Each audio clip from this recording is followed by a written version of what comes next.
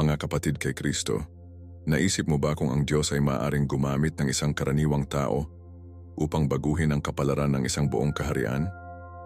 Ang kwento na galugarin natin ngayon ay nakakagulat na maaari itong ganap na ibahin ang anyo ng iyong pangitain sa kapangyarihan ng katotohanan at katapangan ng espiritual.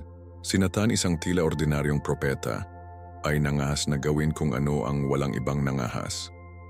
Harapin ang makapangyarihang hari na si David na may pinakamadilim na lihim na itinago niya sa kanyang puso.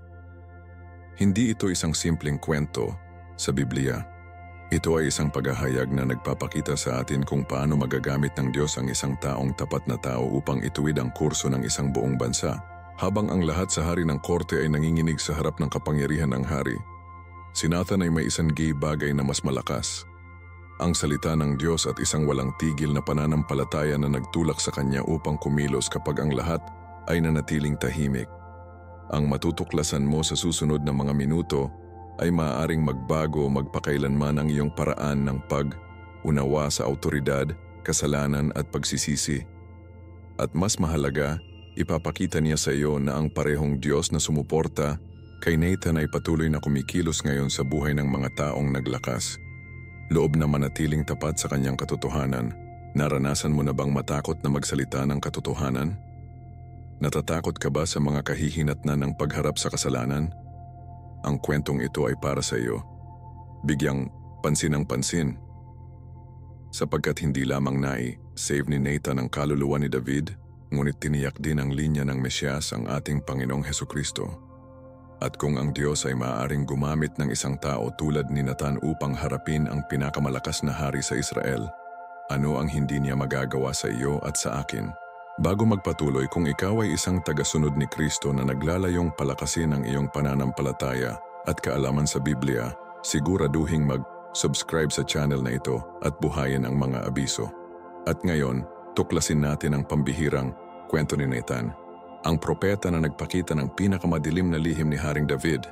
Napakaganda ng pagpasok natin sa mga pahina ng Biblia at tuklasin ang mga karakter na, bagaman hindi sila palaging nasa harapan, ay nagpapakita sa amin ng mga pambihirang aralin tungkol sa pananampalataya at katapangan.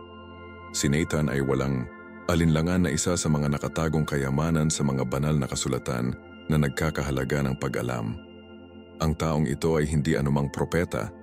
Siya ay isang taong nauunawaan na ang kanyang misyon ay dumating ng diretso mula sa Diyos at na ang kanyang katapatan ay dapat nakasama ng Panginoon sa anumang hari sa lupa. Naisip mo na ba kung ano ang kinakailangan upang tumayo ng matatag sa katotohanan kapag ang lahat ay tila yumuko sa kapangyarihan? Ipinakita sa amin ni Nathan ang landas na iyon. Hindi siya naghahanap ng sinuman kahit na ang makapangyarihang Haring David. Ang panloob na kumpas nito ay itinuro sa isang solong hilaga, mangyaring Diyos bago ang mga tao. At kapag ang isa ay malinaw na si Hesukristo ang tunay na hari ng mga hari, anong takot ang maaaring mangyari bago ang anumang monarch sa lupa? Ang kalinawan ng layunin na ito ay isang bagay na dapat nating hanapin lahat sa ating kaugnayan sa Panginoon. Ano ang napakahusay ni Nathan na siya ay nanirahan sa royal court? Ano ang oo? Napapaligiran siya ng mga luho, kapangyarihan at tukso sa lahat ng dako. Kahit sino ay maaaring nakasisilaw o natakot ng naturang kapaligiran, ngunit itinago niya ang kanyang mga paa sa lupa at mga mata sa langit. Hindi ba iyon ang dapat nating gawin? Sa isang mundo kung saan ang mga social network at ang pag-apruba ng iba ay tila namamahala sa aming mga pagpapasya, ipinapaalala sa atin ni Nathan na may isang pag-apruba lamang na talagang mahalaga. Iyon ng Diyos. Ipinapakita sa amin ng Biblia sa 1 Samuel 16:7 na ang tao ay tumitingin sa hitsura sa labas, ngunit tinitingnan ng Panginoon ang puso. Nabuhay si Nathan alinsunod sa prinsipyong ito, na nauunawaan na ang kanyang halaga ay hindi nagmula sa kanyang posisyon sa korte, ngunit sa kanyang posisyon sa harap ng lumikha. Ano ang pagkakaiba sa pagitan ng paghahanap ng mga gusto at naghahanap ng banal na pag-apruba? Ang propetang ito ay napakalinaw na ang kanyang misyon ay upang maiparating ang salita ng Panginoon nang hindi pinatamis ito, nang hindi nagdaragdag ng asukal upang mas matunaw ito sa mga tainga ng hari. Ang dalisay At mahirap na katotohanan, iyon ang inaalok niya, sapagkat naintindihan niya na ang katotohanan lamang ang may kapangyarihan na magbago ng buhay. Sa mga panahong iyon tulad ng sa atin, ang pagsasabi ng katotohanan ay maaaring magastos. Maaari mo bang isipin kung ano ang ibig sabihin ng isang monarko na may ganap na kapangyarihan sa buhay at kamatayan? Si Nathan ay lubos na nakilala, ngunit ang kanyang pananampalataya sa Diyos ay mas malaki kaysa sa kanyang takot. Siya ay tulad ng kaibigan na nagsasabi sa iyo kung ano ang kailangan mong marinig, hindi ang nais mong marinig, at kung ano ang kailangan nating lahat sa buhay natin, hindi ba sa palagay mo? Ang mga taong nakikipag-usap sa atin mula sa pag-ibig ngunit nang walang paglambot ng katotohanan kapag kailangan nating pakinggan ito. Sa Kawikaan 6 na nabasa natin. Ang tapat ay ang mga sugat ng nagmamahal, ngunit mapanlin lang ang mga halik ng kaaway. Si Nathan ay isinama ang talatang ito ng perpekto. Ang kanyang katapatan kay David ay nagpakita ng kanyang sarili ng tumpak sa kanyang pagpayag na harapin siya kung kinakailangan. At walang mas malaking tanda ng paggalang kaysa sabihin sa isang tao ang katotohanan, lalo na kung ang taong iyon ay may kapangyarihan na saktan ka para dito. Si Jesus mismo ay nagsabi, "Malalaman mo ang katotohanan, at ang katotohanan ay magpapalaya sa iyo." Juan 8:32, naiintindihan ni Nathan na ang katotohanan, kahit na masakit sa oras na iyon, ay ang daan sa kalayaan at pagtubos kay David. Ang manghang bagay ni Nathan ay hindi lamang siya matapang, ngunit matalino din. Huwag nating malito ang katapangan sa kawalang ingat.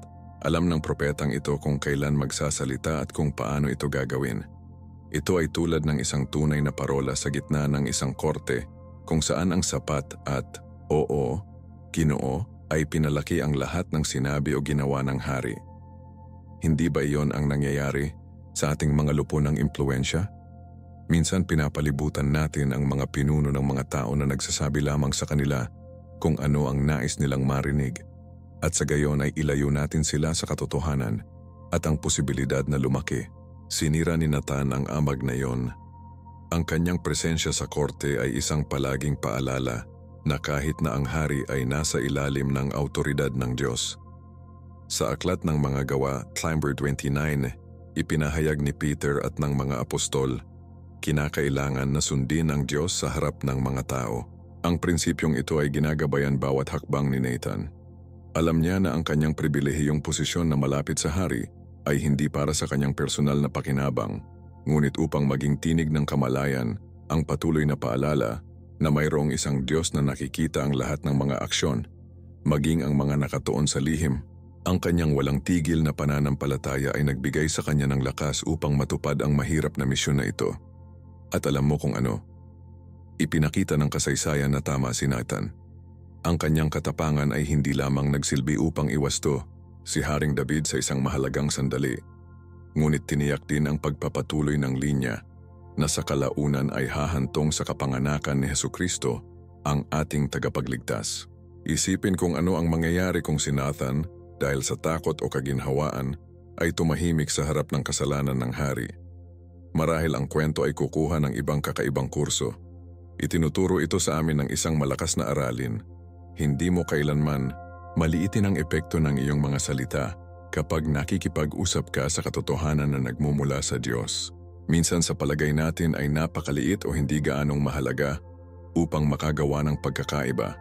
Ngunit ang Biblia ay puno ng mga halimbawa ng mga karaniwang tao na, kasama ang kanilang pagsunod sa Diyos, ay nagbago ang kurso ng kasaysayan.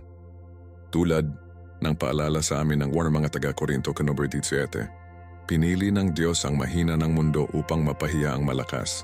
Si Nathan ay isang paalala na buhay na kapag inilalagay natin ang ating tiwala sa Diyos at maglakas, loob na maging tapat sa kanyang tawag, maaari tayong maging mga instrumento ng pagbabagong anyo sa buhay ng mga nakapaligid sa atin, anuman ang makapangyarihan o maimpluwensyang sila, o anong masarap na sitwasyon ang lumitaw bago si Nathan. Si Haring David ang pinahiran ng isa sa Diyos, ang tao ayon sa puso ng Panginoon, ay nahulog sa isang kilabot na kasalanan na namantsahan ang kanyang paghahari at ang kanyang kaugnayan sa Diyos. Ang kwento ay kilala, ngunit sulit na suriin ito upang maunawaan ang laki ng hamon ni Nathan. Si David mula sa kanyang terrace ay nakakita ng Betsabe na naliligo. Sa halip na tumingin sa malayo, hinayaan niya ang tukso na binhi na magtapon ng mga ugat sa kanyang puso. At alam na natin kung ano ang sinasabi ng Biblia tungkol sa prosesong ito. Lahat ay tinutukso kapag ito ay kinaladkad at nahihikayat sa pamamagitan ng sarili nitong concupiscence. Santiago 1:14. Hindi tumigil si David sa kanyang mga mata, ngunit ipinadala upang hanapin ang babaeng ito. Sa kabila ng alam na siya ay asawa ni Uriah, isa sa kanyang matapat na sundalo. Wow, kasalanan ay maaaring bulag kahit na ang mga pinakamalapit sa Diyos. Ang pangangalo niya na may Betsabe ay simula lamang ng isang kilabot na kadena ng mga pagpapasya. Nang mabuntis siya, sinubukan ni David na takpan ang kanyang kasalanan na nagdadala ng Urias mula sa larangan ng digmaan, naghihintay ng oras na gumugol ng oras at sa gayon ay maiugnay ang pagbubuntis sa kanyang sariling relasyon sa pag-aasawa. Ngunit si Urias, kung ano ang isang kagalang-galang na tao, tumanggi siyang tamasahin ang mga kaginhawaan ng kanyang tahanan habang ang kanyang mga kasamahan sa koponan ay nagpatuloy sa labanan. Ang kanyang integridad ay kaibahan ng malakas sa pagkahulog sa moral ni David. At kung minsan ang Diyos ay gumagamit ng mga hindi inaasahang tao upang magpakita ng isang salamin, kung saan makikita natin ang ating sariling mga pagkakamali, hindi ba sa palagay mo? Bago ang kabiguan ng kanyang plano, gumawa si David ng isang mas madidilim na desisyon. Ipinadala niya si Uriah pabalik sa labanan na may liham para kay Joab, ang kanyang general, na nag-uutos na inilagay nila ito sa mapanganib na linya ng apoy, at pagkatapos ay magretiro, iniwan lamang ito upang mamatay. At kaya nangyari ito. Namatay si Urias at kasama niya, naisip ni David mamamatay din siya sa katibayan ng kanyang kasalanan. Ngunit habang ipinapaalala nito sa amin ng 32:23, maaari mong siguraduhin na maabot ka ng iyong kasalanan. Walang nakatago na hindi maipakita. Nakita ng Diyos kung ano ang nangyayari sa mga anino, at ang kanyang katapatan ay humantong sa kanya na ipadala si Nathan upang harapin ang makapangyarihang hari na ito. Maaari mo bang isipin ang pananampalataya na kailangan ni Nathan na harapin ang isang monarko na nagpakita na hindi siya atubiling alisin ang sinumang nakakuha sa kanyang paraan? At narito ang giliw na. Si Nathan ay hindi direktang dumating kay David. Hindi siya sumigaw, "Ikaw ay isang mapang-akit at isang mamamatay tao." Hindi. Gumamit siya ng isang napakatalino na diskarte, inspirasyon ng Diyos mismo. Sinabi niya sa isang talinghaga, isang kwento na humipo sa puso ni David bago niya alam na siya ito. Mayroong 2 lalaki sa isang lungsod. Nagsimula si Nathan, isang mayaman na may maraming mga tupa at baka, at isa pang mahirap na tao na mayroon lamang isang kordero na bumili at lumaki kasama niya at ang kanyang mga anak. Kumain siya ng tinapay, uminom mula sa kanyang baso at natulog sa kanyang kandungan. Siya ay tulad ng isang anak na babae para sa kanya. Ipinagpatuloy niya ang pagsasabi kung paano binisita ng isang manlalakbay ang mayamang tao, at ito, sa halip na kunin ang isa sa kanyang maraming tupa upang aliwin siya, kinuha ang nag-iisang kordero ng mahirap na tao at inihanda ito para sa kanyang panauhin. Hindi ba ito isang diskarte na si Hesukristo mismo ay gagamitin sa kanyang mga turo? Ang mga talinghaga ay may pambihirang kapangyarihan upang mag-slide sa ibaba ng aming mga panlaban at direktang hawakan ang aming puso. Ang mga ito ay tulad ng mga susi na nagbubukas ng mga saradong pintuan ng ating kamalayan, na nagpapahintulot sa ilaw ng katotohanan na maipaliwanag ang madilim na sulok ng ating pagkatao. Ang reaksyon ni David sa kwentong ito ay kaagad at visceral. Sinasabi sa atin ng Biblia sa 2 Samuel 12:5-6 na ang kanyang galit laban sa taong iyon ay lubos na naiilawan, at sinabi niya kay Nathan, "Live the Lord," na ang taong nagawa nitong mamatay. Anong kabalintunaan? Binibigkas ni David ang kanyang sariling pangungusap ng hindi man lamang napagtanto. At tayo ay mga tao. Mabilis na makita ang dayami sa mata ng iba, ngunit bulag sa sinag sa atin, tulad ng itinuturo sa atin ni Jesus sa Mateo 7:3. Ito ay sa oras na iyon, kapag si David ay nasusunog ang pagkagalit para sa kawalang katarungan na ginawa laban sa mahihirap na tao ng talinghaga na pinakawalan ni Nathan ng bomba. Ikaw ang taong iyon.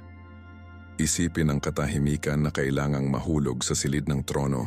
Isipin kung paano dapat mabago ang mukha ni David kapag tinamaan siya ng katotohanan ng buong lakas. Ang apat na salitang iyon na binibigkas kasama ang autoridad na nagmula sa Diyos ay may kapangyarihang tumago sa sarili na nakasuot ng sandata na itinayo ni David sa paligid ng kanyang budhi. Napakahalagang sandali sa buhay ni David. At kung ano ang makapangyarihang halimbawa ng kung paano ginagamit ng Diyos ang mga pangyayari at mga tao upang harapin ang ating sarili sa ating sariling pagkakasala. Hindi tumigil doon si Nathan. Ipinagpatuloy niya ang pagpapadala ng mensahe na mayroon ang Diyos para kay David. Ganito ang sabi ng Panginoon Diyos ng Israel, "Pinahiran kita ng hari sa Israel at nakuha kita mula sa kamay ni Saul. Binigyan kita ng bahay ng iyong Panginoon at ang mga kababaihan ng iyong Panginoon sa iyong dibdib, at binigyan kita ng bahay ng Israel at Huda. At kung ito ay maliit, marami pa akong naidagdag. Hitita pinatay mo siya ng isang tabak, at kinuha mo ang kanyang asawa bilang iyong asawa, at pinatay mo siya ng tabak ng mga anak ni Amon. Ano ang isang kahila, hilakbot na kaibahan sa pagitan ng kabutihang loob ng Diyos at ang kawalang kasiyahan ni David? Ito ay isang paalala na ang ating mga kasalanan ay hindi lamang nakakaapekto sa ibang tao, ngunit sa huli ay isang pagkakasala laban sa Diyos mismo, tulad ng makikilala ni David sa awit 51:4. "Laban sa iyo, nagkasala lang ako laban sa iyo, at nagawa ko na ang masama sa harap ng iyong mga mata." Ang paghaharap ni Nathan ay nagpapakita rin sa atin ng isang bagay na napakahalaga tungkol sa likas na katangian ng Diyos.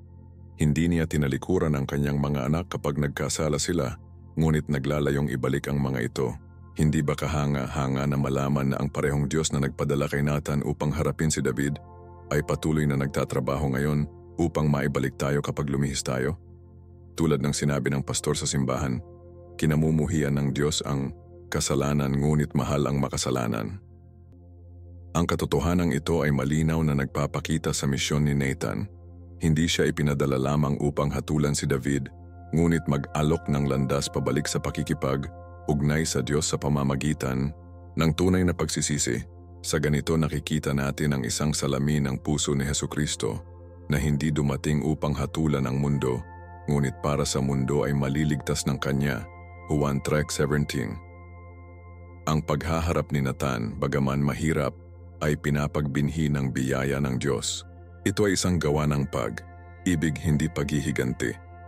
Isang paanyaya sa pagpapanumbalik, hindi isang pangwakas na pangungusap. At salamat sa lakas ng loob ni Nathan na magsalita ng katotohanan, magkakaroon ng pagkakataon si David na makaranas ng awa at kapatawaran na ang Diyos lamang ang maaaring mag-alok. Hindi ba ito ang parehong mensahe na kailangan nating marinig ngayon kapag tayo ay nakulong sa ating sariling mga kasalanan at self-deception? Napakahusay na sandali sa buhay ni Haring David. Kapag ang mga salita ni Nathan na ikaw ang tao na iyon ay sumasalamin sa kanyang mga tainga, natagpuan niya ang kanyang sarili sa isang espiritual na crossroads. Sa napakahalagang sandali na iyon, maaaring mag-react si David sa maraming paraan. Naisip mo ba ito? Bilang hari, may kapangyarihan siyang mag-utos sa pagpapatupad ni Nathan sa pamamagitan ng isang akusasyon. Maaari kong tanggihan ang lahat na pinagtutuunan na ang isang hari ay maaaring kumuha ng mga babaeng nais. Maaari pa niyang mabigyan ng katwiran ang kanyang mga aksyon na nagsasabi na si Betsabe ang naging dahilan upang maligo siya kung saan niya ito makikita, ngunit hindi niya ginawa ang anuman. Ang reaksyon ni David ay nagpapakita sa atin kung bakit, sa kabila ng kanyang kilabot na kasalanan, ang Biblia ay patuloy na tinutukoy sa kanya bilang isang tao ayon sa puso ng Diyos. Sa halip na ipagtanggol ang kanyang sarili, marahil ay binibigkas ni David ang pinakamahirap na mga salita na masasabi ng isang tao. Ako ay nagkasala laban sa Panginoon. 2 Samuel 12:13. Napakahusay na aralin. Hindi niya sinisisi ang iba, hindi siya naghahanap ng mga dahilan, hindi niya sinubukan na mabawasan ang nagawa niya. Ganap niyang tinanggap ang responsibilidad ng kanyang mga aksyon. Ang tugon na ito ay nagpapakita ng isang bagay na pangunahing tungkol sa totoong pananampalataya. Hindi ito tungkol sa pagiging perpekto, ngunit ng pagpapakumbaba upang makilala ang ating mga pagkakamali at humingi ng pagkakasundo sa Diyos. Hindi ba nakakaaliw na malaman na ang Diyos ay hindi naghahanap ng mga tao na walang mga depekto? Ngunit ang mga puso ay handang kilalanin ang kanilang mga pagkakamali. Tulad ng sinasabi ng Santiago 4:6, ang Diyos ay tumutol sa napakahusay, ngunit nagbibigay ng biyaya sa mapagpakumbaba. Ang pagpapakumbaba ni David na tanggapin ang kanyang kasalanan ay nagbukas ng pintuan upang ang biyaya ng Diyos ay nagpapatakbo sa kanyang buhay. At ito ay kung saan nakikita natin ang kagandahan ng banal na awa. Sa sandaling inamin ni David, tiniyak siya ni Nathan, inalis ng Panginoon ang iyong kasalanan, hindi ka mamamatay. Ano ang kaluwagan na naramdaman ni David? Bagaman magkakaroon ng mga kahihinatnan para sa kanyang mga aksyon, ang awa ng Diyos ay magagamit sa kanya. Ito ay isang mahalagang imahe ng kung ano ang gagawin ni Hesukristo ng ilang siglo mamaya na nag-aalok ng kumpletong kapatawaran sa lahat na nagsisisi. Tulad ng ipinapaalala sa atin ng Juan 1:9, kung ipagtapat natin ang ating mga kasalanan, siya ay tapat at lamang na magpatawad at linisin tayo ng lahat ng kasamaan. Ang pagsisisi ni David ay nagpapakita sa amin ng paraan sa pagpapanumbalik kapag nabigo tayo. Ngunit ang kwento ay hindi nagtatapos sa simpleng pag-amin ng pandiwang. Ano ang nagpapasaya at tunay na ang panghihinayang ni David ay ang susunod na nangyari. Inilipat ng malalim na sakit dahil sa nasaktan ng Diyos, binubuo ni David ang isa sa mga gumagalaw na salmo sa buong Biblia. Awit 21. Ang sagradong tula na ito ay nagpapahintulot sa atin na makita ang puso na nasira mula sa isang tao na nauunawaan ang kabigatan ng kanyang kasalanan. Maawa ka sa akin, O Diyos, ayon sa iyong awa. Ayon sa karamihan ng iyong kabanalan ay burahin ang aking mga paghihimagsik. Hugasan mo ako ng higit pa sa aking kasamaan at limasin ako mula sa aking kasalanan. Pagsisimula ni David. Hindi ito mga salita ng isang tao na simpleng sinusubukan na makatakas sa parusa. Sila ang desperadong pag-iingay ng isang kaluluwa na nagnanais na maibalik sa pakikipag-ugnay sa kanilang Diyos. Naiintindihan ni David na ang hilakbot ng kanyang kasalanan ay hindi ang mga kahihinatnan sa lupa, ngunit ang pahinga sa kanyang kaugnayan sa Panginoon. Laban sa iyo, nagkasala lang ako laban sa iyo, at nagawa ko ang masama sa harap ng iyong mga mata. Pagtatapat niya sa taludtod 4. Isang malalim na pag-unawa sa espiritual. Ano ang espesyal na ang salmo na ito ay nagpapakita sa amin na naintindihan ni David na ang hinahanap ng Diyos ay hindi lamang isang pagbabago sa ating panlabas na pag-uugali, ngunit isang panloob na pagbabagong anyo. Masdan, mahal mo ang katotohanan sa matalik na at sa lihim na ginawa mo akong maunawaan ang karunungan. Kinikilala niya sa taludtod 6. At pagkatapos ay ang pagsusumamo na dapat ay ang pag-iingay ng buong puso ko na naghahanap ng Diyos. Lumikha sa akin, O Diyos, isang malinis na puso at magpapanibago ng isang tuwid na espiritu sa loob ko. Victor 10. Naiintindihan ni David na ang kanyang mga makasalanang kilos ay mga sintomas ng isang mas malalim na problema sa kanyang puso at kailangan niya ng isang nagbabago na gawain ng Diyos mula sa loob.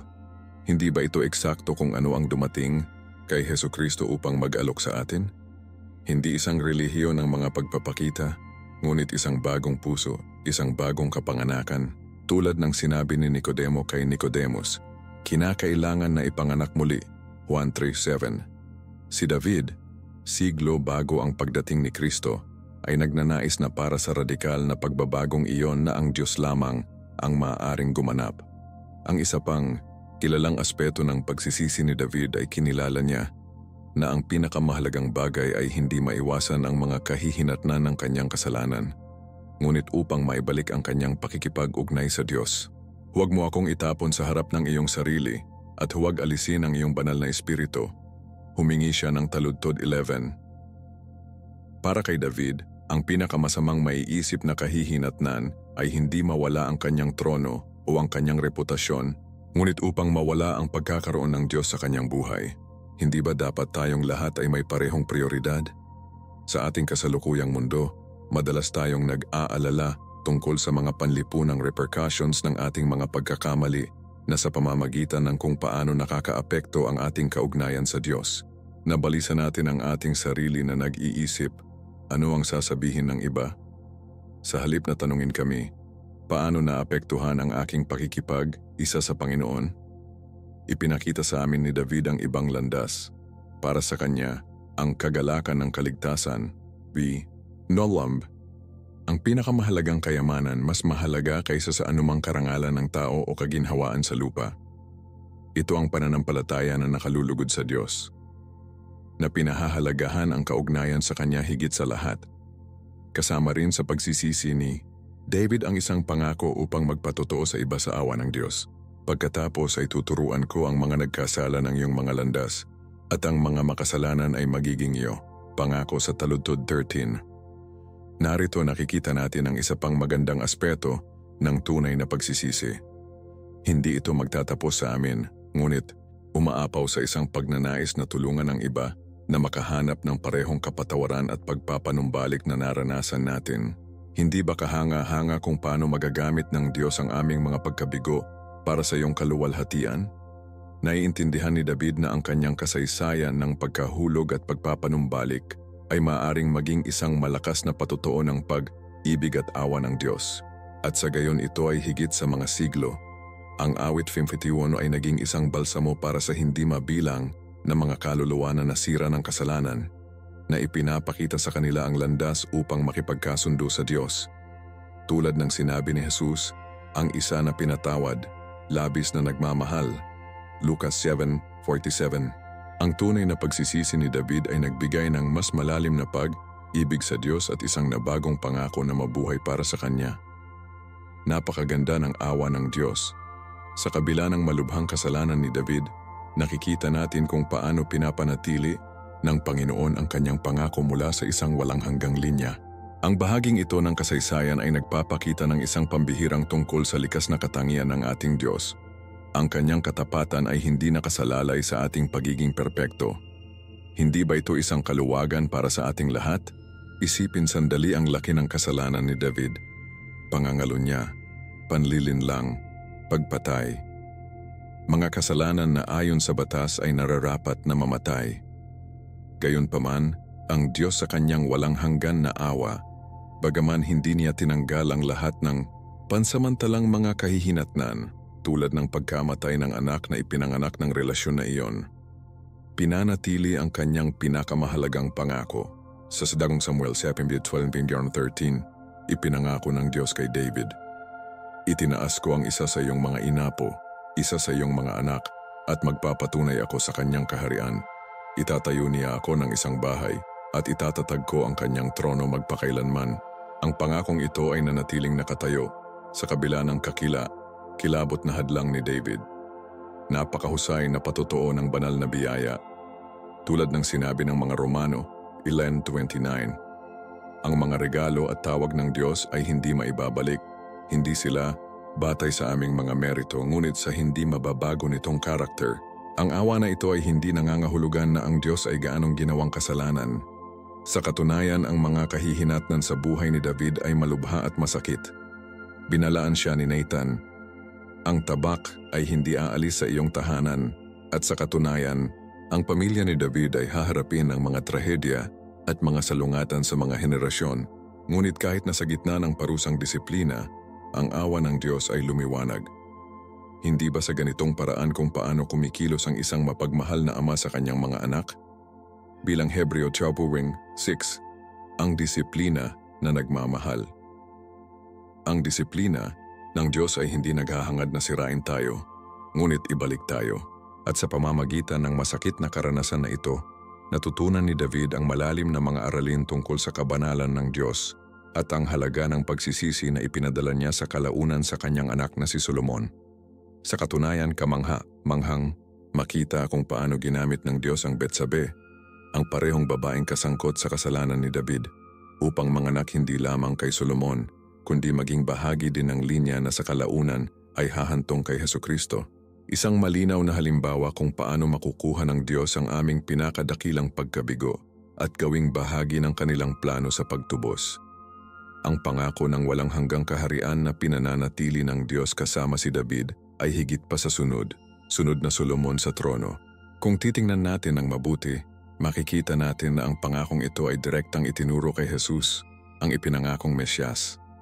Nang ipahayag ni Angel Gabriel kay Maria ang kapanganakan ni Jesus, sinabi niya, ibibigay sa kanya ng Panginoong Diyos ang trono ni David na kanyang ama. Napakaganda nitong makita kung paano hinabi ng Diyos ang kanyang plano sa pagtubos sa pamamagitan ng mga henerasyon. Kahit na napakabigo ni David, nagtatrabaho na ang Diyos upang matupad ang kanyang walang hanggang layunin na dalhin ang kaligtasan sa sangkatauhan sa pamamagitan ng linya ni David. Itinuturo ito sa atin ng isang mahalagang aralin. Ang ating mga kasalanan, bagaman seryoso, ay hindi maaaring biguin ang soberanong mga plano ng Diyos. Napakaganda niya, napakatalino at napakalakas na maaari pa niyang isama ang aming mga pagkabigo sa kanyang perpektong disenyo, tulad ng sinabi ng Roma 10:28. Ang lahat ng mga bagay ay nakikipagtulungan para sa kabutihan ng mga nagmamahal sa Diyos, sa mga tinawag ayon sa kanilang layunin.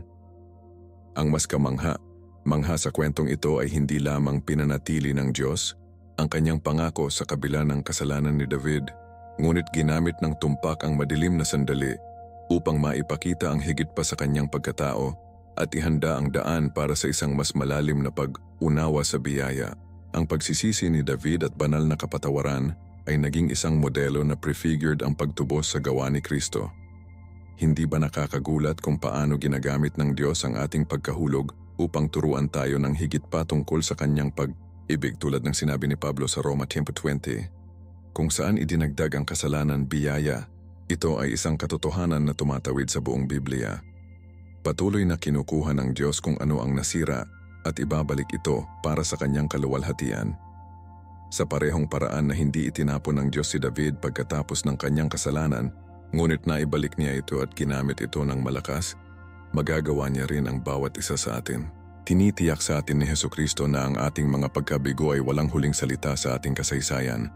Tulad ng sinabi ng duwan mga taga-Korinto 15:17, kung may sino man kay Kristo, ang bagong nilalangay. Ang kwentong ito ay nagtuturo sa atin ng isang bagay na pangunahing tungkol sa pananampalataya. Hindi kinansela ng Diyos ang kanyang layunin para sa ating mga pagkakamali. Siyempre, ang kasalanan ay may mga kahihinatnan at naranasan sila ni David ng masakit. Ngunit ang biyaya ng Diyos ay mas malaki kaysa sa ating mga pagkabigo. Para sa atin na nakakaramdam ng hindi kwalipikado sa aming mga nakaraang pagkakamali, ang kaso ni David ay nag-aalok ng isang sinag ng pag-asa. Kung ang Diyos ay maaaring gumamit ng isang tao na nakagawa ng pangangalunya at pagpatay upang matupad ang kanyang muling pagtubos na plano, maaari ba niya rin tayong gamitin sa kabila ng ating mga pagkabigo? Tulad ng sinabi ni Jesus sa Mateo 19:26, sapagkat imposible ang mga tao, ngunit para sa Diyos ang lahat ay posible. Ang kwento ni David ay nagpapaalala sa atin na ang Diyos ay isang dalubhasa sa pagsulat ng mga kwento ng pagtubos sa mga sirang buhay. Kinukuha niya ang pinakamadilim na mga kabanata ng ating buhay at nakakagulat na isinasama ang mga ito sa isang mas malaking salaysay ng biyaya at pagpapanumbalik. Ang Biblia ay puno ng mga halimbawa ng mga sakdal na mga tao na ginamit ng Diyos ng malakas. Abraham mintyo, pinatay ni Moises, tinanggihan ni Pedro si Kristo, at ginamit pa ng Diyos ang lahat upang sumulong sa kanyang kaharian. At ano ang tungkol sa atin? Maaring iniisip mo ang tungkol sa iyong sariling mga pagkabigo. Sa mga lugar na kung saan nabigo ka sa Diyos at sa iba pa, ang kwento ni David at ang awa ng Diyos ay nag-anyaya sa atin na gawin mismo kung ano ang ginawa ni David. Aminin ang ating mga kasalanan nang may katapatan, tanggapin ang mga kahihinatnan na may pagpapakumbaba at tiwala sa pagpapanumbalik na biyaya ng Diyos. Hindi mahalaga kung gaano kalubha ang ating mga pagkakamali, ang awa ng Diyos ay palaging mas malaki. Tulad ng sinabi ng awit 103:11-112, napakaganda ng kanyang awa sa mga natatakot sa kanya bilang langit sa mundo. Ito ang mabuting balita ng Ebanghelyo. Sa pamamagitan ng pananampalataya kay Hesukristo, hindi natin natatanggap hindi lamang ang kapatawaran ng ating mga kasalanan, kundi pati na rin ang pangako na ang Diyos ay magpapatuloy na magtrabaho at sa pamamagitan natin, hindi niya pinipigilan ang mga sirang sasakyang dagat. Ibalik at gamitin ang mga ito upang maglaman ng mga kayamanan ng kanilang biyaya. At tulad ng pangako ni David kay David, Sa wakas ay humantong sa kapanganakan ng tagapagligtas. Ang ating mga kwento sa pagpapanumbalik ay maaaring ituro sa iba tungo sa pag-asa na kay Kristo lamang. Ang isang manghang pagliko ay tumatagal ng kwento ni Nathan. Hindi lamang ang propeta na matapang na humarap kay David sa kanyang kasalanan, ngunit mga tao na ang lumipas ay gagampanan niya ang isang mahalagang papel sa pagtiyak na ang pangako ng Diyos sa linya ng hari ay matutupad ng tama. Ang entablado ay panahunan at dramatiko. Si David ay may edad na at malapit na sa kamatayan. Ang sunod sa trono ay naging isang kagyat at maselan na bagay. At ito ay kung saan nakikita natin si Adonias, isa sa mga matatandang anak ni David na gumagawa ng isang matapang na kilusan upang kumuha ng kapangyarihan. Sinasabi sa amin ng Biblia sa 1 Hari 1 na si Adonias ay nagrebelde na nagsasabi, "Maghahari ako." Ano ang isang mapangahas na pahayag? Nang hindi kumonsulta sa kanyang ama o naghahanap ng kalooban ng Diyos, inihayag niya ang kanyang sarili bilang susunod na hari. Inayos pa niya ang isang mahusay na piging na nag-aanyaya sa maraming mga opisyal ng kaharian at ng kanyang mga kapatid na madiskarteng hindi kasama ang mga maaaring sumalungat sa kanilang mga ambisyon. Hindi ba ito nagpapaalala sa iyo ng napakaraming mga sitwasyon sa ating buhay kung saan nakikita natin ang mga tao na pinipilit kung ano ang hindi ipinagkaloob sa kanila ng Diyos? Tulad ng sinasabi ng Kawikaan 16:9, ang puso ng tao ay nagplano ng kanyang landas, ngunit pinangunahan ng Panginoon ang kanyang mga hakbang. Si Adonias ay may mga plano, ngunit ibang-iba ang iba. Ito ay sa kritikal na sandaling ito nang muling ipakita ni Nathan ang kanyang katapangan at ang kanyang pangako sa kalooban ng Diyos. Nalalaman na ipinangako ni David si Betsabe na ang kanyang anak na si Solomon ang magiging susunod na hari. Isang pangako na sumasalamin sa banal na pagpipilian. Si Nathan ay hindi na natili sa mga cross-arm na nakikita kung paano mabigo ang mga plano ng Diyos. Ano ang isang halimbawa para sa amin? Minsan, tinawag tayo ng ating pananampalataya na kumilos ng napagpasyahan kapag nakikita natin na may isang bagay na sumasalungat sa banal na layunin.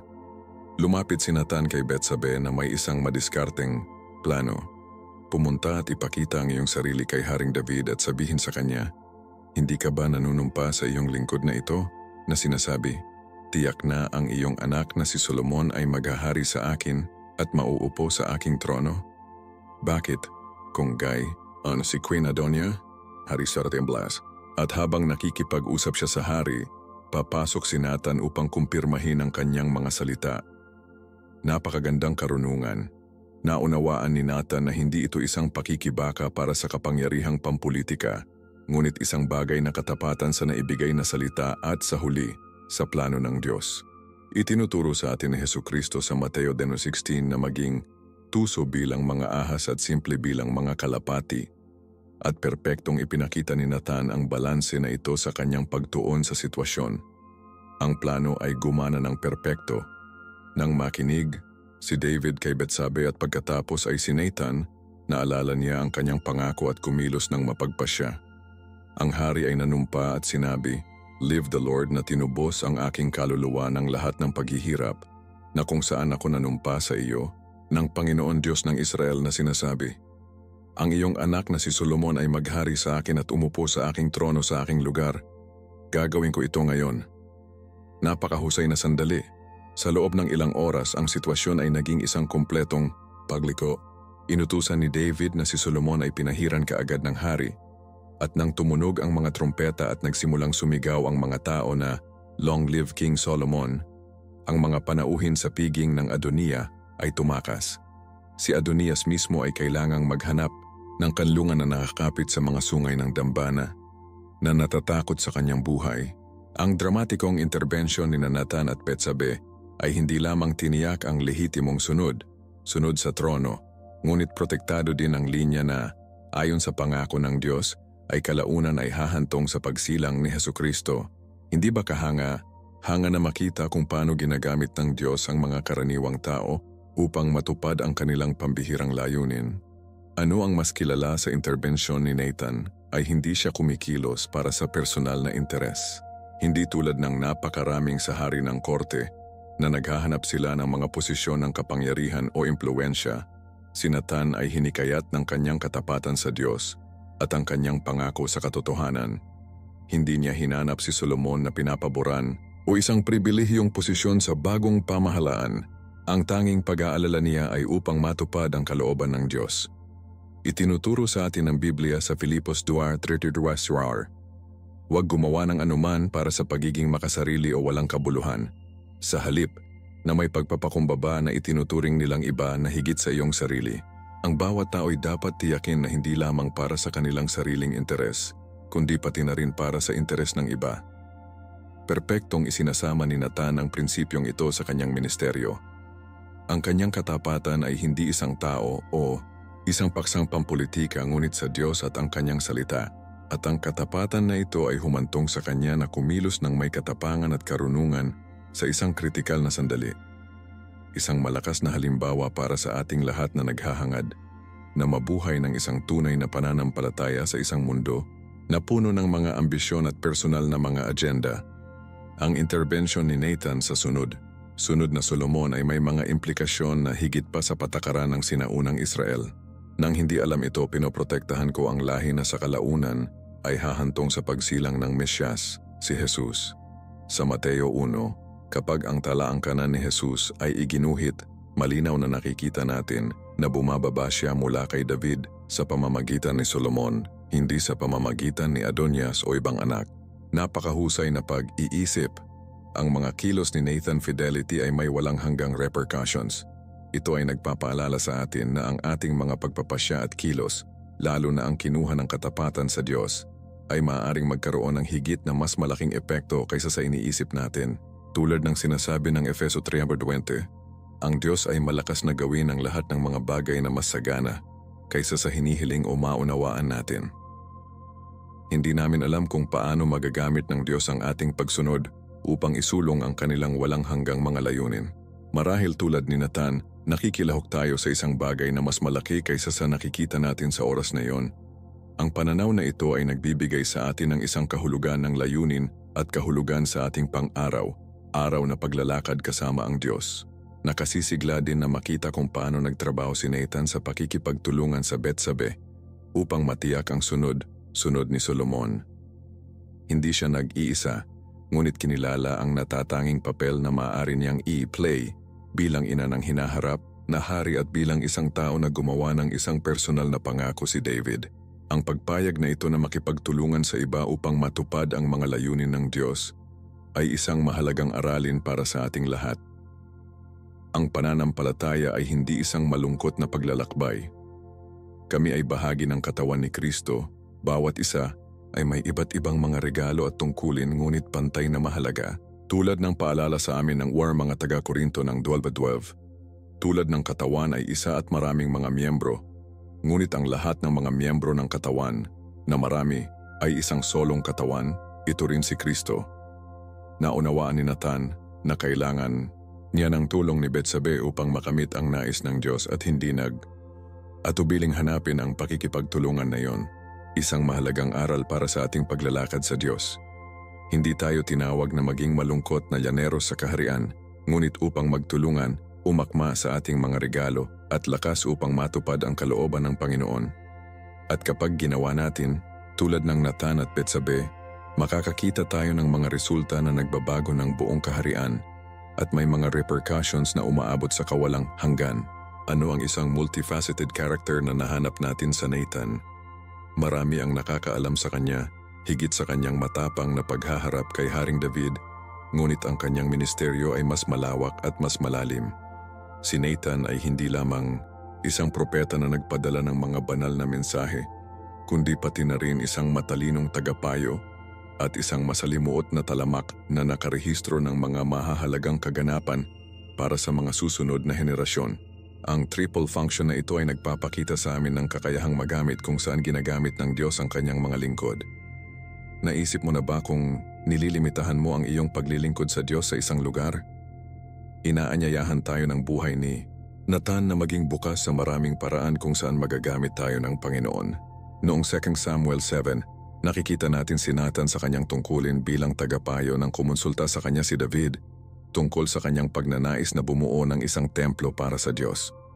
Sa una, tumugon si Nathan mula sa kanyang sariling karunungan na nagsasabing, "Pumunta, gawin ang lahat sa iyong puso, sapagkat ang Panginoon ay kasama mo." Gayunpaman sa gabing iyon ang Diyos ay nakikipag-usap sa kanya at binigyan siya ng ibang mensahe para kay David.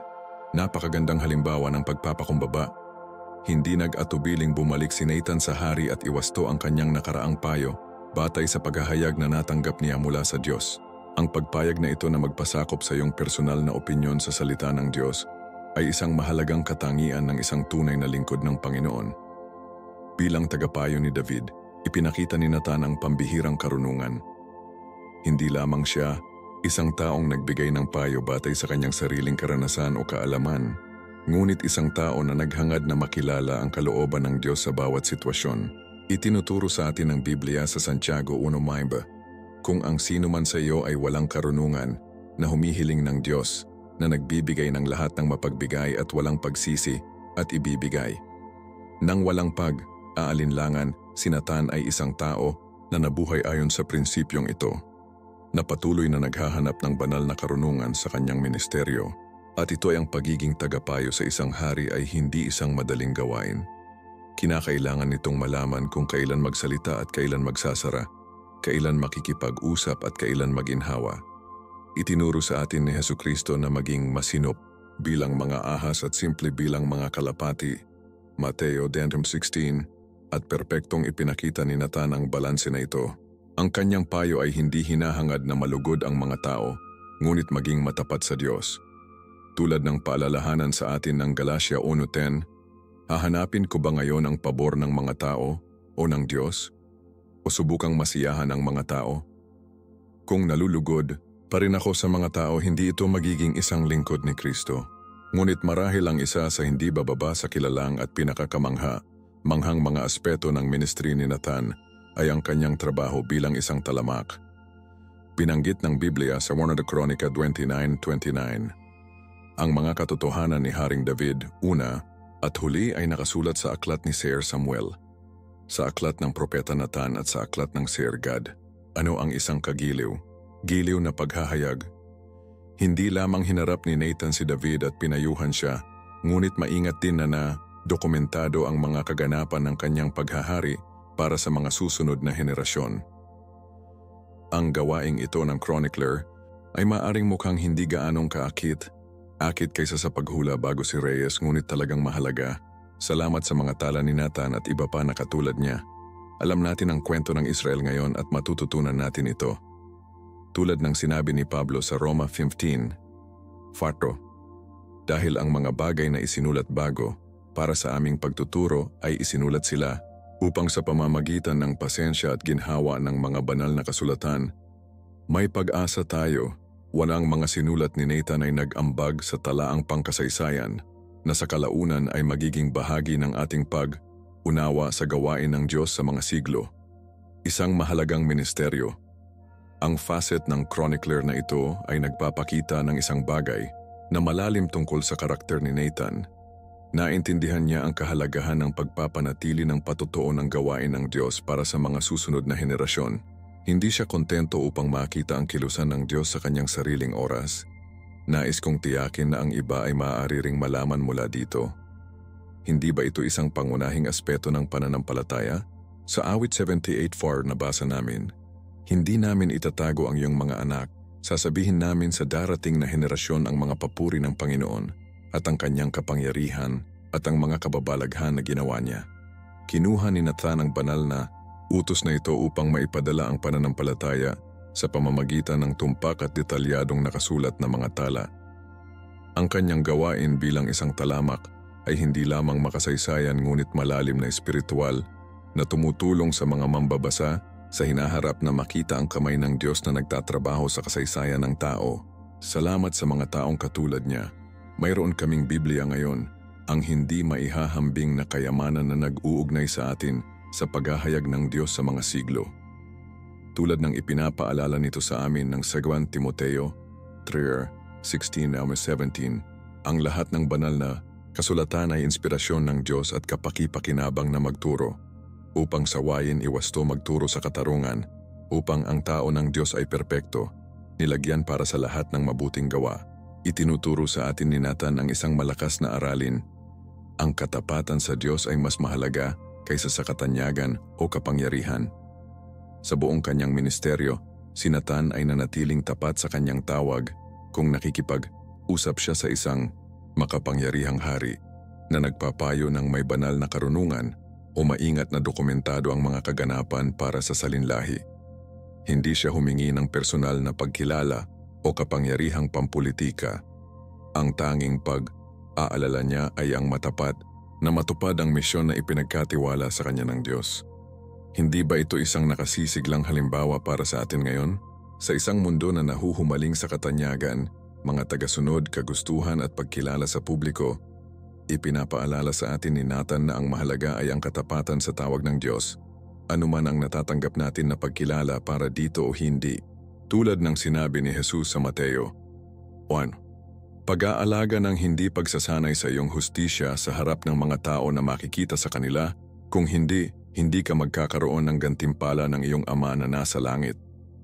Ang totoong halaga ng ating paglilingkod ay hindi sa pag-apruba ng tao ngunit sa katapatan sa Diyos.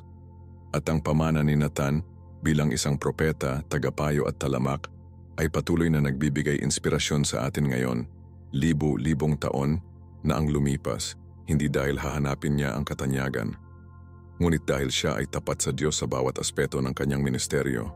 Hinahamon tayo ng kwento ni Nathan na isipan kung paano natin ginagamit ang mga regalo at talento na ibinigay sa atin ng Diyos. Kami ba tulad niya ay handang maglingkod sa maraming mga kakayahan ayon sa mga pangangailangan ng kaharian ng Diyos? Mayroon ba tayong lakas ng loob na magsalita ng katotohanan, karunungan upang payuhan ayon sa banal na kalooban at sipag na idokumento at maipadala ang pananampalataya sa mga susunod na henerasyon?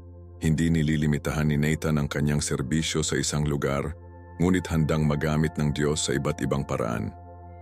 At sa paggawa nito, gumaganap siya ng isang mahalagang papel, hindi lamang sa buhay ni David at Solomon, ngunit sa buong kasaysayan ng pagtubos na magtatapos sa pagdating ni Hesukristo. Inaanyayahan tayo ng kanyang halimbawa na maging bukas sa maraming mga paraan kung saan nais na gamitin tayo ng Diyos para sa kanyang kaluwalhatian. Tulad ng paalalahanan sa amin ni Pablo ng warn mga taga-Korinto Farid Lags, may pagkakaiba-iba ng mga regalo, ngunit pareho ang espiritu, at mayroong pagkakaiba-iba ng mga ministro, ngunit ang Panginoon ay pareho. At may pagkakaiba-iba ng mga operasyon, ngunit ang Diyos na gumagawa ng lahat ng mga bagay sa lahat ay pareho. Iyon, bilang Nathan, maaari tayong maging matapat na gamitin ang lahat ng ating mga regalo para sa kaluwalhatian ng Diyos. At ang pagtatayo ng kanyang kaharian, anuman ang natatanggap natin sa pagkilala sa publiko o hindi. Ano ang kayamanan ng mga turo na maaari nating kunin mula sa manghang kwentong Biblia? Ang ugnayan sa pagitan ni Nathan, David at Diyos ay nag-aalok sa atin ng malalim na mga aralin na nananatiling may kaugnayan sa ating buhay sa pananampalataya ngayon. Ang isa sa mga pinakamalakas na aralin na matututuhan natin ay tungkol sa kahalagahan ng pagtanggap ng katotohanan, lalo na kung hindi natin ito komportable. Ang reaksyon ni David sa paghaharap ni Nathan ay huwaran at nagkakahalaga ng pagtulad. Nang marinig niya ang mga salitang "Ikaw ang taong iyon," hindi ipinagtanggol ni David ang kanyang sarili, hindi niya itinanggi, hindi niya sinisisi ang iba. Sa halip sinabi lang niya, "Nakasulsa ako laban sa Panginoon. Gaano kahirap para sa amin na ipahayag ang mga salitang iyon." Kadalasan kapag nahaharap tayo sa aming mga pagkakamali, ang aming unang reaksyon ay upang bigyang katwiran o ituro ang mga pagkabigo ng iba. Ngunit ipinakita sa amin ni David ang isang mas mahusay na landas. Tulad ng sinabi ng Kawikaan 28:13, siya na nagtatago ng kanyang mga kasalanan ay hindi umunlad, ngunit ang isa na nagkukumpisal sa kanila at umalis ay maabot ang awa. Naranasan ni David ang katotohanan na ito ng malalim. Ang kanyang pagpayag na kilalanin ang kanyang kasalanan ay nagbukas ng pintuan upang makatanggap ng kapatawaran at pagpapanumbalik na nais ng Diyos na ibigay sa kanya. Hindi ba ito ang dumating kay Hesukristo upang mag-alok sa atin sa bawat isa sa atin? Isang landas sa pagkakasundo na nagsisimula sa mapagpakumbabang pagtanggap ng katotohanan tungkol sa ating sarili. Ang isa pang mahalagang aralin na matututuhan natin mula sa kwentong ito ay tungkol sa kahalagahan ng pakikipag-usap sa katapangan kung kinakailangan ito ng sitwasyon. Ipinakita sa atin ni Nathan na ang pagmamahal sa isang tao kung minsan ay nangangahulugang mahirap na katotohanan. Mas madali para sa kanya na manahimik. Pagkatapos ng lahat, sino ang nais na ipagsapalaran ang kanyang posisyon at maging ang kanyang buhay na kinakaharap ng isang malakas na hari? Ngunit naintindihan ni Nathan na ang tunay na pag-ibig ay higit na nagmamalasakit sa espiritual na balon ng tao kaysa sa kanilang sariling kaginhawaan o seguridad. Tulad ng sinabi ng Efeso 4:15, dapat nating magsalita ng katotohanan sa pag-ibig. Tandaan na ang dalawang elemento na ito ay dapat magkasama. Ang katotohanan na walang pag-ibig ay maaaring maging brutal, ngunit ang pag-ibig na walang katotohanan ay hindi talaga pag-ibig. Natagpuan ni Nathan ang isang paraan upang makipag-usap ng isang mahirap na katotohanan na may isang mahabagin na diskarte. Gamit ang isang talinghaga na pinayagan muna si David na makita ang sitwasyon bago makilala ang kanyang sariling kasalanan. Hindi ba ang banal na karunungan na ito ay kumikilos? Si Jesus mismo ay gumagamit ng mga talinghaga upang matulungan ang mga tao na makita ang mga katotohanan na kung hindi man ay tinanggihan. Ang kakayahang magsalita ng katotohanan na may karunungan at pag-ibig ay isang bagay na dapat nating linangin sa ating mga relasyon. At ano ang tungkol sa aralin tungkol sa awa at kapatawaran? Ang tugon ng Diyos sa pagsisisi ni David ay nagpapakita ng isang bagay na maganda tungkol sa puso ng ating Ama sa Langit. Bagaman ang kasalanan ni David ay may masakit na mga kahihinatnan na hindi tinanggal, hindi tinanggihan siya ng Diyos o kansilahin ang kanyang layunin para sa kanyang buhay. Tulad ng sinabi ng awit 102:3, 10-12. Hindi natin ito tinatrato ayon sa ating mga kasalanan at hindi rin tayo binabayaran ayon sa ating mga kasamaan. Dahil bilang taas ng langit sa mundo, pinahusay niya ang kanyang awa sa mga natatakot sa kanya. Gaano kalayo sa silangan ng kanluran na ginawa ang ating mga paghihimagsik sa amin. Ito ang mabuting balita ng Ebanghelyo. Ang Diyos ay isang Diyos ng pangalawang pagkakataon. Kapag lumapit tayo sa Kanya na may taos, pusong pagsisisi, tulad ng ginawa ni David, natagpuan namin ang isang kapatawaran na nagpapanumbalik at nagbubutas. Dinala ni Hesukristo ang ating mga kasalanan sa krus upang magawa ang pagpapanumbalik na ito. Tulad ng sinasabi ng Friends 1:9, kung ipagtapat natin ang ating mga kasalanan, siya ay tapat at makatarungan na patawarin ang ating mga kasalanan at linisin tayo mula sa lahat ng kasamaan. Ang pagsisisi ni David at ang awa ng Diyos ay nagbibigay sa amin ng asa na kahit gaano kalubha tayo ay nabigo, palaging may landas pabalik sa puso ng Ama. Ang isa pang malakas na aralin na nakatayo sa kwentong ito ay ginagamit ng Diyos ang tapat, hindi lamang ang makapangyarihan. Si Nathan ay walang autoridad sa politika ni David o prestihyo ng militar ni Joab. Siya ay simpleng tao na nakatuon sa pagsasalita ng katotohanan na ipinahayag sa kanya ng Diyos. At gayunpaman ang kanyang impluensya ay napakalawak. Sa pamamagitan ng kanyang katapatan, nagdala ng pagsisisi ang Diyos sa isang hari.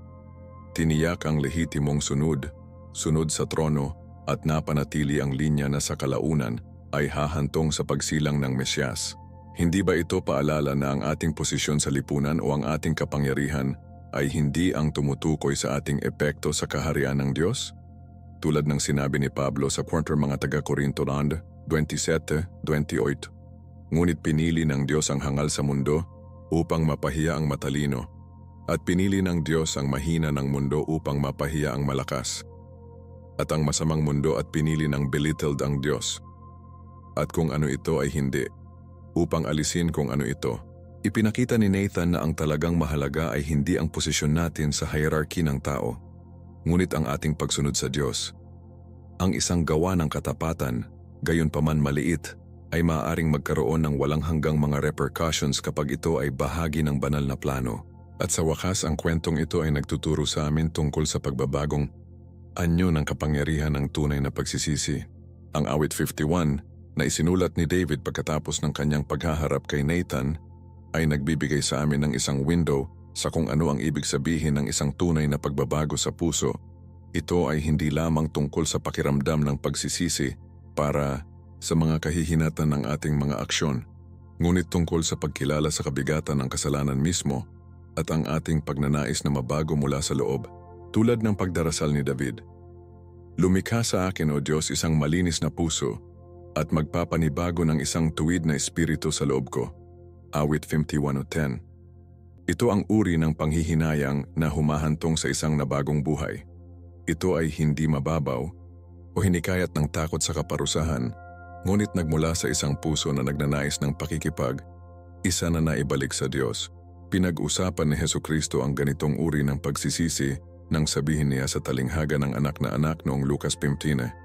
Ang anak ay hindi lamang pinagsisihan na nawala ang kanyang kaginhawaan. Kinilala niya ang pagkakaroon ng kasalanan laban sa kanyang ama at langit, at ito ang ganitong uri ng pagsisisi na humahantong sa ama, na tumakbo sa kanya ng bukas na bisig. Nag-aalok sa kanya ng isang kumpletong pagpapanumbalik. Hindi ba ito ang parehong awa na inaalok sa atin ng Diyos sa bawat isa sa atin sa pamamagitan ni Hesukristo? Isang bagong simula, isang nabagong puso, isang naibalik na relasyon. Ang mga aralin na maaari nating kunin mula sa kasaysayan ni Nathan at David ay hindi masasayang. Sinasabi nila sa amin ang tungkol sa kahalagahan ng integridad, katapangan ng moral, personal na responsibilidad, taos, pusong pagsisisi at banal na awa. Ngunit marahil ang pinakamalalim na aralin ay tungkol sa kalikasan ng tunay na pananampalataya. Hindi ito tungkol sa pagiging perpekto, ngunit isang matapat na ugnayan sa Diyos na kasama ang pagkilala sa ating mga pagkabigo at pinapayagan ang kanyang biyaya na ibalik at ibahin ang anyo sa atin. Parehong sina David at Nathan ay nagpapakita ng iba't ibang mga aspeto ng tunay na pananampalataya na ito. Si David sa kanyang pagpayag na magsisi at humingi ng pagpapanumbalik, at si Nathan sa kanyang walang tigil na pangako na magsalita ng katotohanan ng Diyos, anuman ang gastos. Tulad ng sinabi ni Jesus sa Juan 8:32, malalaman mo ang katotohanan at ang katotohanan ay magpapalaya sa iyo. Ang katotohanan ay maaaring maging masakit sa simula tulad ng para kay David, ngunit humahantong sa isang kalayaan at kagalakan na hindi matatagpuan sa self-deception o pagtanggi, na ang bawat isa sa atin ay maaaring malaman mula sa mga halimbawang Biblia na ito, at linangin ang isang pananampalataya na yumakap sa katotohanan, magsagawa ng taimtim na pagsisisi at maranasan ang nagbabago na awa na inalok ng Diyos sa lahat na lumapit sa Kanya na may mapagpakumbaba at bukas na puso. Anong makapangyarihang kasaysayan ang aming ginalugad ngayon? Itinuturo sa atin ng matapang na propetang si Nathan na ang isang solong gawa ng pagsunod sa Diyos ay maaaring baguhin ang kurso ng kasaysayan. Ang kanyang katapangan upang harapin si Haring David ay hindi lamang nagdulot ng taimtim na pagsisisi, ngunit tiniyak ang pagpapatuloy ng lahi na sa kalaunan ay hahantong sa kapanganakan ng ating tagapagligtas na si Hesukristo. Ano ang higit na nakakaapekto sa iyo tungkol sa kwentong ito sa Biblia? Ang katapangan ni Nathan, pagsisisi ni David, o ang walang katapusang awa ng Diyos na nagpapanumbalik kahit na matapos ang pinakamalubhang kasalanan? Ibahagi ang iyong pagmuni-muni sa mga komento. Nais kong malaman kung paano naantig ang kwentong ito sa iyong puso. Kung pinagpala ka ng mensaheng ito, huwag kalimutan na magustuhan at ibahagi ito sa mga taong kailangang marinig ang tungkol sa pagpapanumbalik na kapangyarihan ng Diyos. Ang katotohanan ay ang lahat, tulad ni David, ay nangangailangan ng mga taong nakikipag-usap sa atin ng katotohanan at pag-ibig kapag lumihis tayo mula sa daan. Laging tandaan, ang Diyos ay hindi naghahanap ng perpektong mga tao, ngunit ang mga puso ay handang kilalanin ang kanilang mga pagkakamali at bumalik sa Kanya. Pagpalain ka sana ng Diyos ng sagana at makita ka sa susunod na video.